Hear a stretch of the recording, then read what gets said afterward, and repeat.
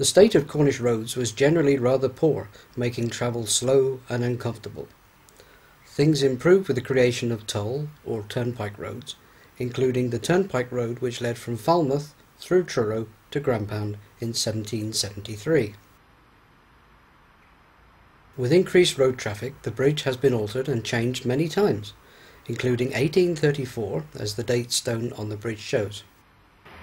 Today the bridge still plays an important role in the Cornish transport system, and as anyone who has experienced the drive from Truro to St Austell will tell you, remains central to the flow of traffic in and out of Cornwall.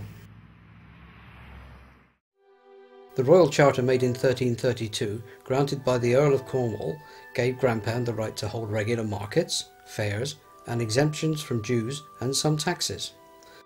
The fairs became great social occasions, with people travelling large distances to attend. As the fairs and weekly markets grew in popularity, livestock, in particular cattle markets, were held.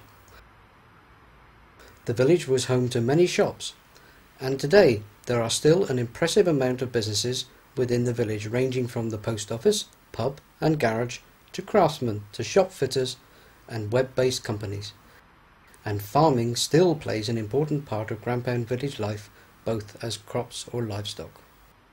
The local water supply provided power to 5 mills. Some were flour mills, but others were fulling or tucking mills, where local weavers could get their woven cloth treated and ready to sell on.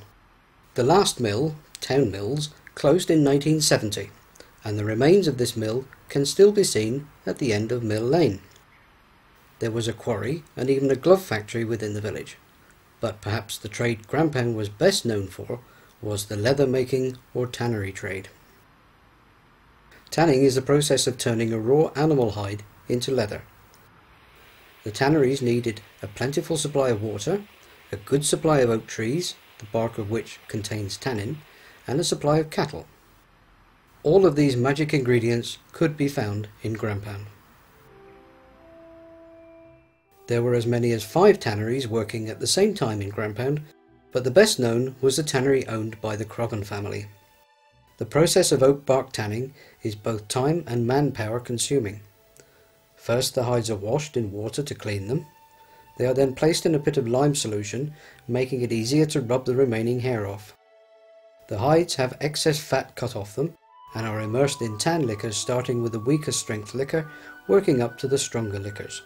Tan liquor was made by chopping up oak bark and soaking it in water to release the natural tannin.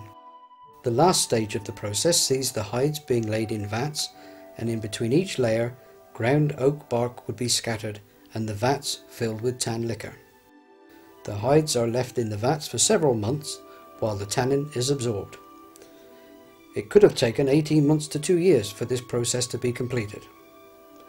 By using machinery, Croghans were producing hides ready after only 12 months. So close has the village and tannery's history been linked that there is still part of the village called Bermondsey, after the famous leather-making district of London. The 20th century saw a big decline of small tanneries across the country. At the beginning of the century there were 18 tanneries in Cornwall alone. By the end of the First World War there were only 5. By 1953 there remained only the Croghans Tannery, which finally closed in 2002. Tanning is now the preserve of large tanneries producing thousands of hides a week using chemical-based process rather than the traditional oak bark tanning process that the Croghans Tannery was famous for.